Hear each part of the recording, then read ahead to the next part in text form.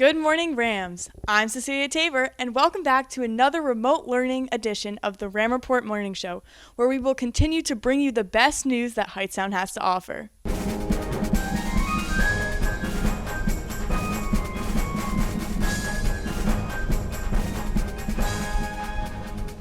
Our top story today follows HHS athletics and the push towards exercising at home.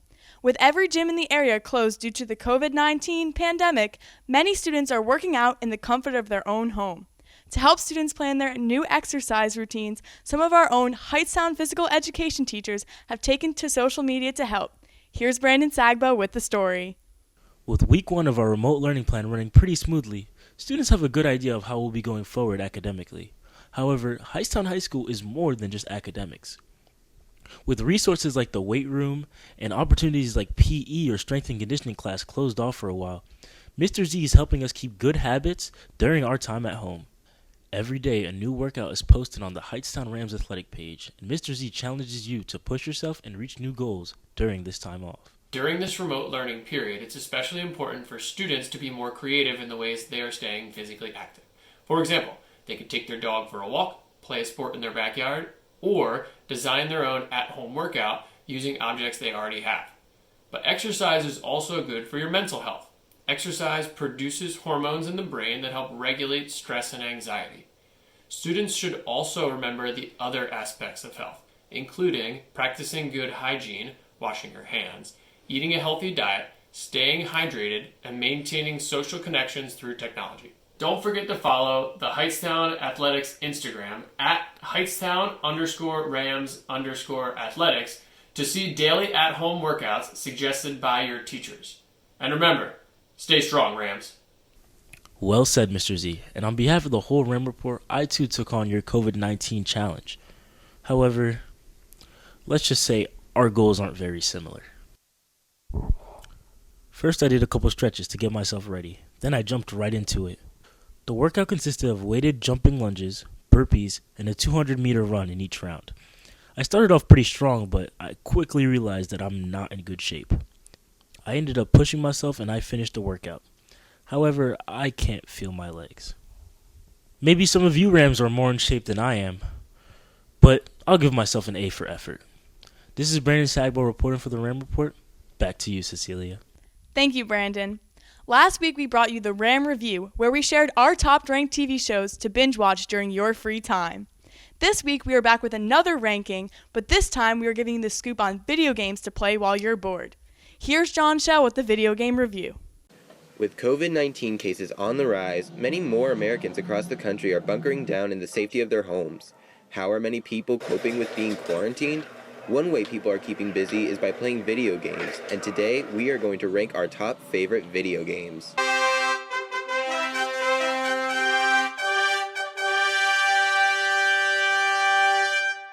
One great game is Rainbow Six Siege. This is a 5v5 objective-based game in which teams take turns attacking and defending certain objectives, such as bombs or hostages. There are also different operators in the game that add a little bit more variety to the gameplay, and they give characters special powers. I am truly addicted to this game, and for that reason it gets 5 out of 5 Rams.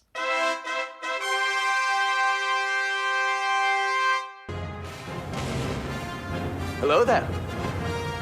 Indeed, Obi-Wan. Hello there. Star Wars Battlefront 2 is a game that I know some of my fellow gamers have heard of because of the EA loot box scandal, but Battlefront 2 has since eclipsed that part of its life. The dev team at DICE has worked hard at breathing life into the game and has since become one of the most immersive Star Wars experiences to date. You don't need to be a Star Wars fan to enjoy the game. It's easy to pick up and you can have hours of fun with it. I give this game 4 Rams out of 5.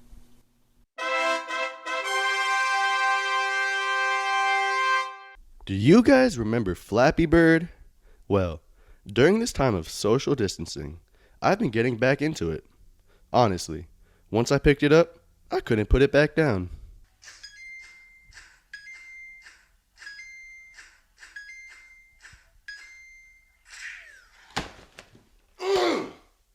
Every time, this is ridiculous! I need to social distance myself from Flappy Bird. I give this game a 1 out of 5 Rams.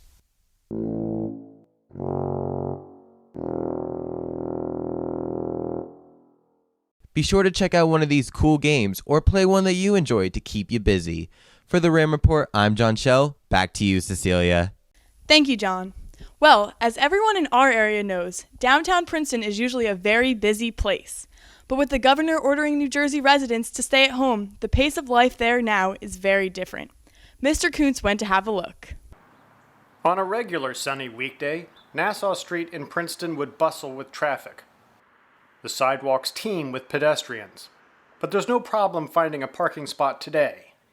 The lunch hour crowd of store and office employees, university students, and tourists who would pack into the local popular eateries, Panera Bread, Mamoon's Falafel, and Taqueria, are gone.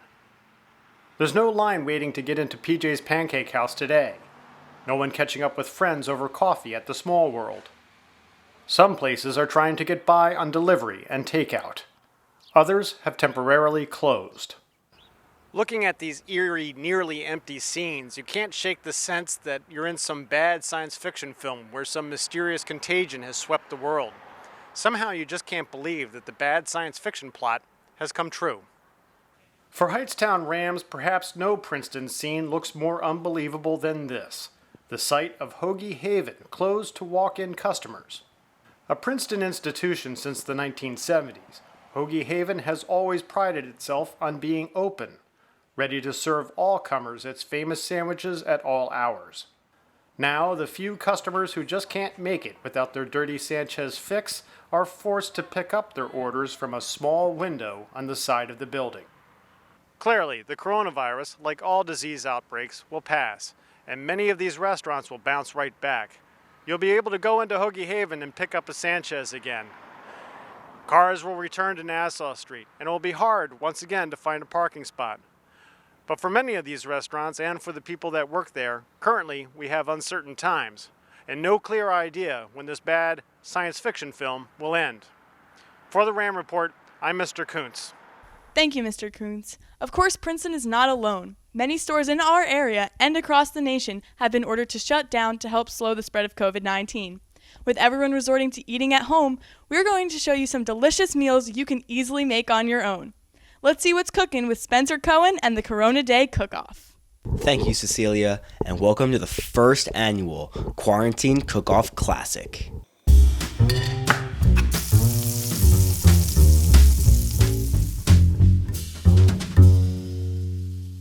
My name is Spencer Cohen, aka the Simon Cowell of Cooking, and I will be the host of today's competition. With many restaurants shut down due to COVID-19, students are left at home, tired and hungry, asking themselves one simple question: what should I eat? In our segment today, our very own Ram Report chefs will be put to the test as they compete to make the best quarantine meal. The chef with the best meal at the end will take home the first annual Quarantine Cook-Off Classic trophy. Let's start with Brandon Sagbo. Ramen noodles. Probably one of the easiest dishes a high schooler can make. Now, let me teach you how to add a little bit of kick to it. First, I brought 2 cups of water to a boil. Then I threw in 1 pack of ramen noodles. While I let the noodles cook up, I poured in about half the seasoning pack that comes with the noodles, some onion powder, garlic powder, and some cayenne pepper for a nice kick. Once the noodles are done, I pour about 2/3 of the water out and add my seasoning. I then add a little bit of soy sauce in the mixture and mix everything together. I then take out a pan, scramble some eggs, and add it to the final product. Voila. Wow, what a great meal by Brandon. Let's see what Isabella Chico has to offer. Did you really think we forgot about dessert? I got you with the quick and easy recipe that will sure enough to satisfy your sweet tooth. I'm going to be teaching you how to make a brownie in a mug. The ingredients you're going to be needing are whole wheat flour, sugar, cocoa powder, baking powder, vanilla, and plain yogurt. The supplies you're going to be needing are a tablespoon measure, a teaspoon measure, and of course, a mug. The first ingredient you're going to be adding into your mug is 2 tablespoons of whole wheat flour. The next ingredient is 2 tablespoons of sugar. The next ingredient is 1.5 tablespoons of cocoa powder. Then finally, you're going to add a pinch of baking powder. You must then stir thoroughly. After After stirring for quite some time, you are then going to be adding your 3 tablespoons of plain yogurt. Then stirring the content inside the mug. Then finally adding 1/4 teaspoon of vanilla. And then stirring until smooth. It is advised to stir the content thoroughly so that the ingredients do not get stuck to the bottom of the mug. The next step is to put the mug in the microwave for about a minute. Depending on how gooey you like your brownies, you can microwave it for more or less time. And there you have your finished product. Delicious. That really hit the spot. I might go make that one myself. Last, and probably least, we have Justin Sabagal. Wow, thanks so much for that introduction, Spencer. You know, Chef Cousteau once said, anyone can cook. And I live by that. So today, we're making pizza. I don't expect many of you to have that pizza dough lying around the house. That's why I took a trip down to Sabrina's right here in East Windsor and got myself a pack for just $10. First, preheat your oven to 350 degrees. Alright, now we're waiting for the oven to preheat. We gotta focus on our pizza dough here. So grab your flour right on the counter. Take your pizza dough. You wanna do? Roll out your dough into a circular shape. Grab a pan of your choice. I'm using this one. Get some Pam spray to spray down your pan.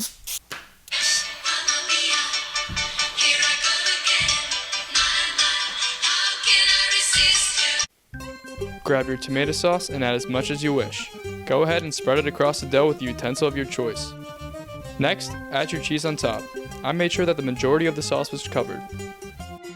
Finally, add your toppings. This is a preference. Take your pizza and put it in the oven. It took about 15 to 20 minutes for me, but you know it finishes when the crust starts to brown. Mamma mia, that looks good. Let your pizza cool and you are finished. Back to you, Spencer. Grazie. Thank you to all of our participants for their meals. However, the first annual Quarantine Cook-Off Classic winner is Justin Sabagal.